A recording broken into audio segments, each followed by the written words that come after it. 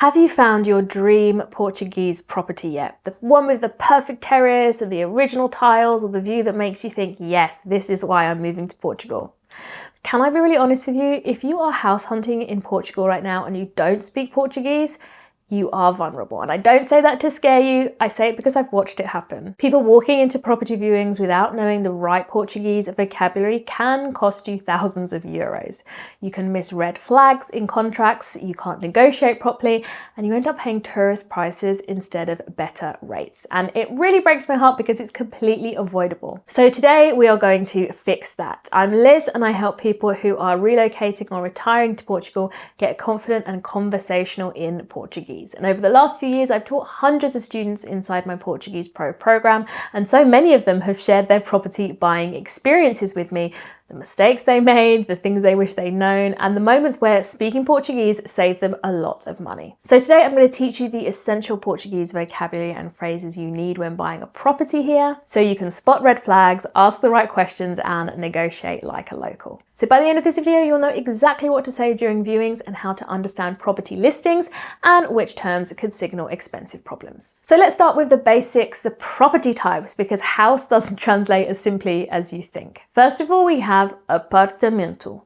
Pretty obvious, that is an apartment or flat. Then we have the terms vivenda and moradia. Now, both do mean house, but vivenda often implies something a bit more upmarket, whereas a moradia is a more general term. You're going to see both in listings. Now, here's where English speakers trip up. We need to understand floor levels. The ground floor is called res do chão. Res do chão. This is already a tricky one to pronounce because we have the R at the beginning of the word, which means we need to do a ch or a r. Then we have that L sound, the very Portuguese L sound. A CH is a sh, so this is res do chão.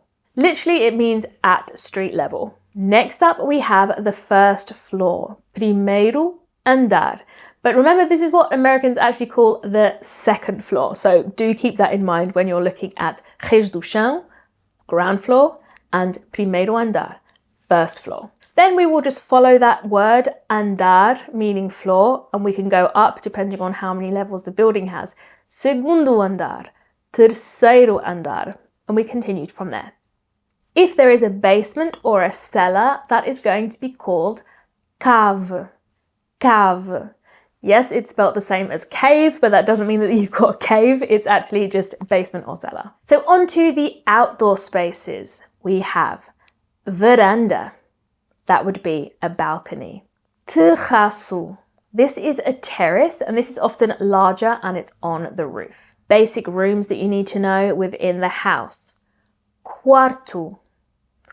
Quarto. If you've seen my other videos about pronunciation, you will remember that a word ending in an O has to be an U sound. U. A room that has its own bathroom would be quarto com casa de banho privada, or simply suite. The bathroom itself would just be casa de banho, or you might see quarto de banho. The living room is the sala, and the kitchen is the cozinha. Now, if you're watching this and thinking you want to build your conversational Portuguese beyond just property vocabulary for your daily life here in Portugal, just comment lesson below and I will send you my free beginner's lesson. It covers pronunciation, essential vocabulary, and the building blocks you need for real conversations in Portugal. Now let's talk about what to say during the viewings. This is where your Portuguese is going to make a real difference. And listen, I know this might sound daunting, but my students do this all the time. James went to view a property where the estate agent spoke zero English and he understood everything. Patricia had conversations with real estate agents and they were impressed with how much Portuguese she knew. How amazing is that? You can absolutely do this too. You just need to know what to ask. Let's start with posso ver. Posso ver. That means can I see? So for example, posso ver o sótão. Can I see the attic? Posso ver a cave? Can I see the basement? Now, if we are renting, we're going to need to ask about the price of the rental. So, quanto custa por mês? Quanto custa por mês. How much does it cost per month? Now, we also want to be very clear about what is included. So we have to ask the question, está incluído? Está incluído? Is this thing included? So for example, I could say, as despesas estão incluídas? Are the bills included? This feels like a real tongue twister, so let's break it down. As. This is a closed A. I've talked about this in a lot of other videos. It's the same A that we use in away, about. As. Not ash, like the ashes from a fire, but ush, more like the ush in usher. The next word, despesas.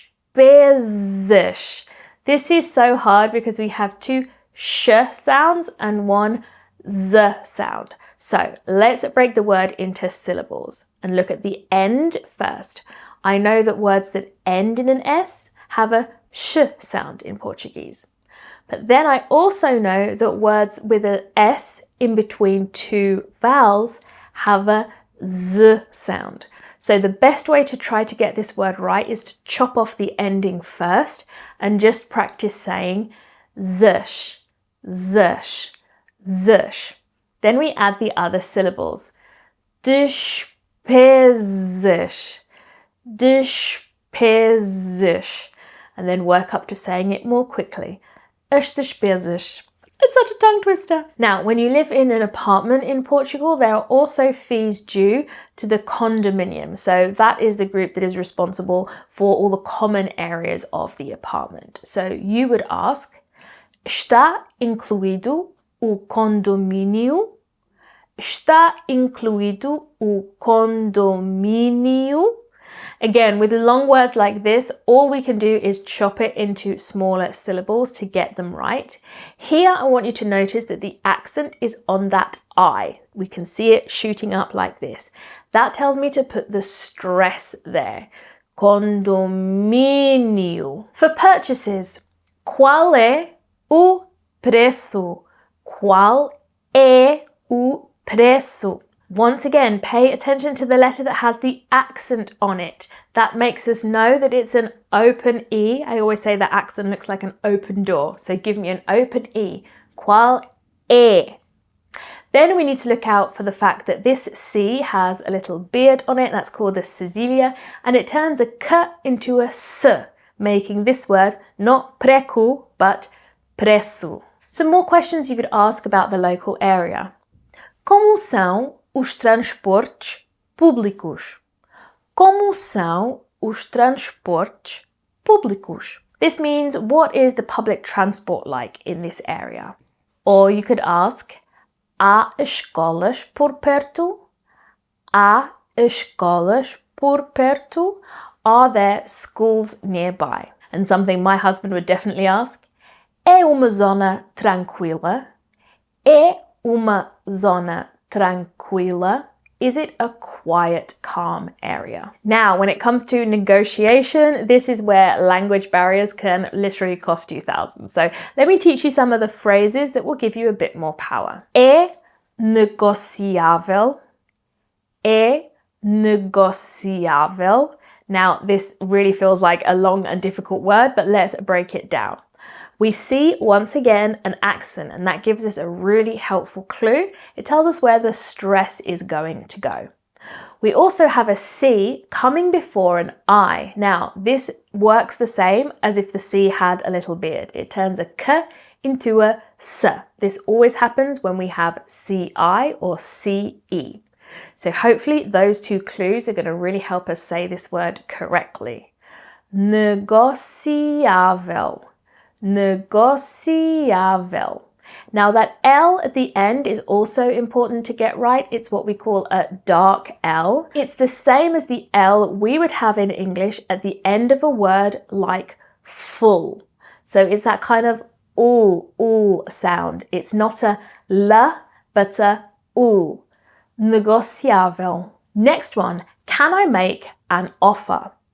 Posso fazer uma proposta. Proposta. Don't forget the sh in the middle of that last word. So again, this is if something has an asking price, and just like you would do in other places, you will offer a price that's maybe not as high as the asking price to see if you can negotiate. Now, a few crucial financial terms that you must understand. Sinal. Sinal. There's that dark L again. This is your initial deposit to show serious interest. Usually it's about 10%. Entrada.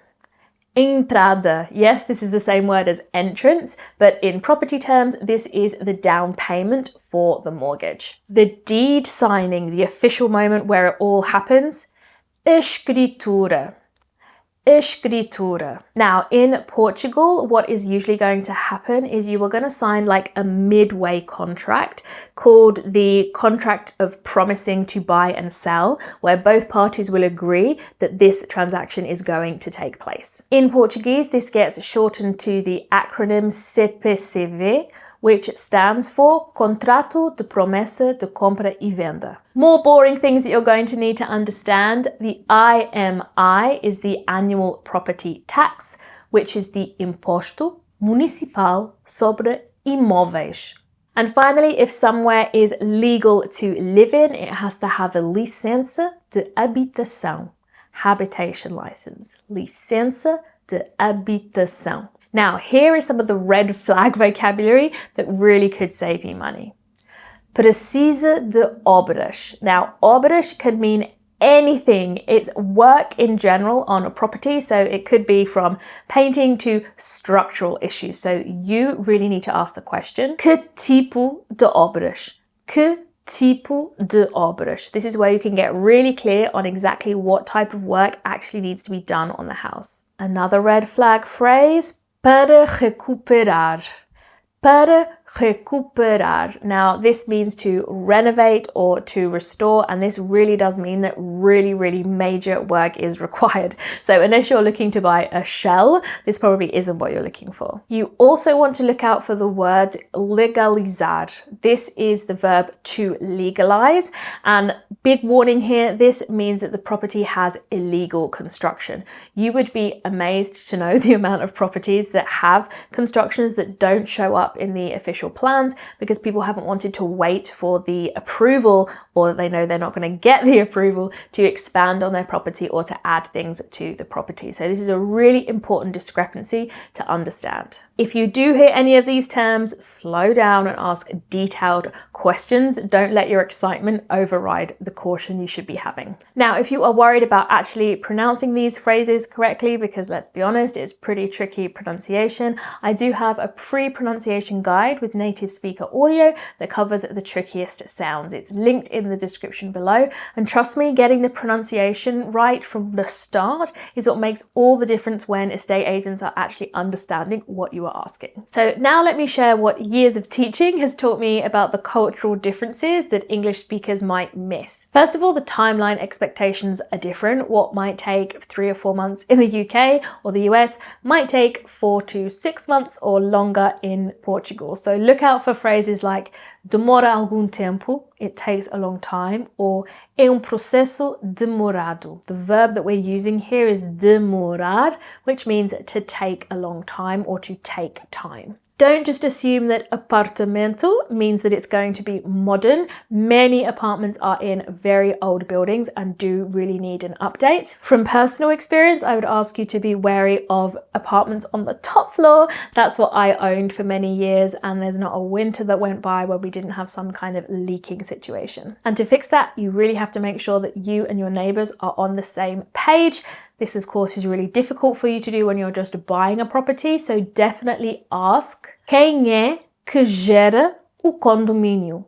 Who is it that is in charge of the condominium? You need it to be organized, for them to have had official meetings and agreements about things, because everybody needs to be on the same page if something like the roof needs to be fixed. So there you have it, the essential Portuguese vocabulary for buying property in Portugal without costly mistakes. You now know how to ask the right questions, spot red flags, and negotiate with confidence. But here's the truth, knowing these phrases is one thing, but having the confidence to use them in high pressure situations with estate estate agents and lawyers, that requires proper foundations. And that's exactly what I give you in my free beginners lesson. We cover pronunciation, grammar building blocks, and conversational confidence to start handling not just property viewings, but every interaction in your new Portuguese life. This is exactly where Amanda started. She's one of my students that I interviewed live recently. You should definitely check out her whole story. I was so impressed to hear that she was able to deal with estate agents, lawyers, everybody that she's dealing with to actually build her own home here in Portugal. So if you want to get started just like she did, you just comment lesson below and I will send the free lesson to you. And if you found this helpful, click here and check out my video on pronunciation mistakes that English speakers make. It's one of my most popular videos and I think you'll find it really useful. I'll be back next week with more tips and tutorials to improve your confidence and conversation skills in Portuguese, so make sure you're subscribed so you don't miss a thing. Ciao for now.